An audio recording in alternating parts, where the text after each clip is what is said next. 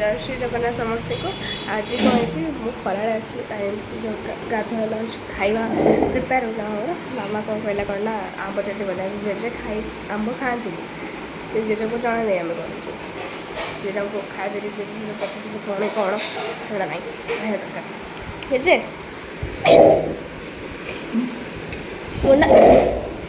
भात नब भात नब तापर ये चटनीटा नब एटा खाइब तो खाई देखु ना ना खाई देख थले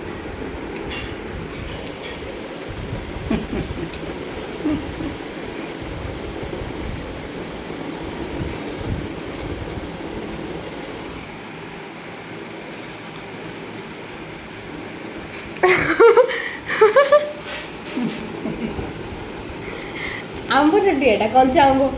तुम दांतटा रखियो नहीं बुझल मो दांत को बेकार कर दो ए मामा सुन लो इसे नुआ देखो हो कौन बा मो दांत तो रखियो नहीं बड़ा ही खटा जोर जोर ना खटा जोर ना केमिति ये खाइबो के जानि छी भल ना होची किंतु एटा तू नहीं देखो चामच की बड़े एति लुण होइतो तरकारी एटा जहाँ भी आंटी बन सब अलग कबे थाए अलग आई लुण पके गोले खाइदो गोटे पिला तार आखि फुलिकी केते कमी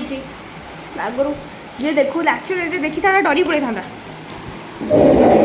हम भे खाइबू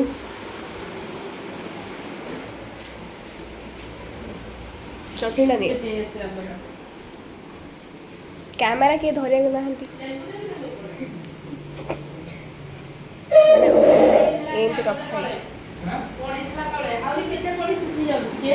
हाँ पूरा पची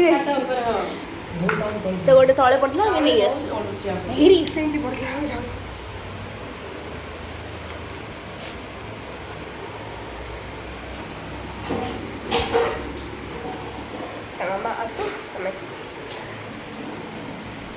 भोजन आरंभ करेंगे आज लंच अच्छी प्रथम आम आंब चटनी बहुत सुंदर भी देखा भात एटा कौ शाग चुनचुनिया शाग एटा सजना छुई बैगण आलू तरकारी आठी सुमिता नायक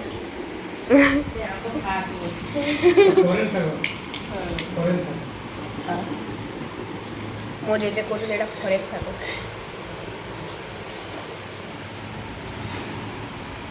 एटा कौन पका हम कैमेरा देखते धन्यवाद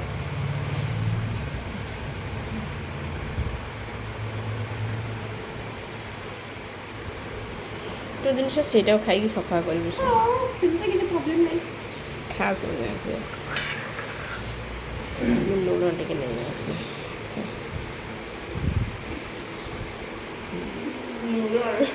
लड़ाई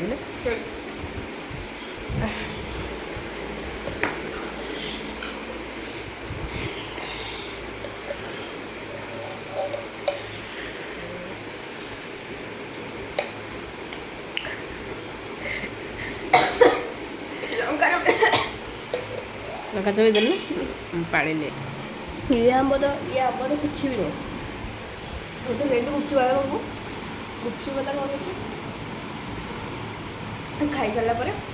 10 20 30 टका खाई बोधे मामा मुझे दीदी खाइबू देन तार जो खटा पानी पिया पाटा आसला मामा कहला कौन ना केते खटा पानी पिछ पेट खराब हो गुपचुप भी आहरी तो खा तार ना खटा पानी भल देह पाई मु तो गुपचुप खटा पानी पिएनी आ मामा खटा को जमा मु पिएली तो पर गुपचुप ताको खटा जमा भल लागे ना याको खाइने का रिएक्शन ये आ खाई देख मो दरकार नहीं आलू सोडा मो देहरे जीवन सोडा आउ पुणी ये रीजन मामा फीड आसला कि गोलगप्पे का पानी को पीने से क्या फायदा मिलते हैं ताको साइड इफेक्ट्स कौन बोलेगा କ'ଣ କହିବାକୁ ଚାହୁଁଛନ୍ତି ୟା ବିଷୟରେ? ବେକାର ଜିନିଷ ବନ୍ଦ କରିଦେ। ରହୁଛି ଜୟ ଜଗନ୍ନାଥ।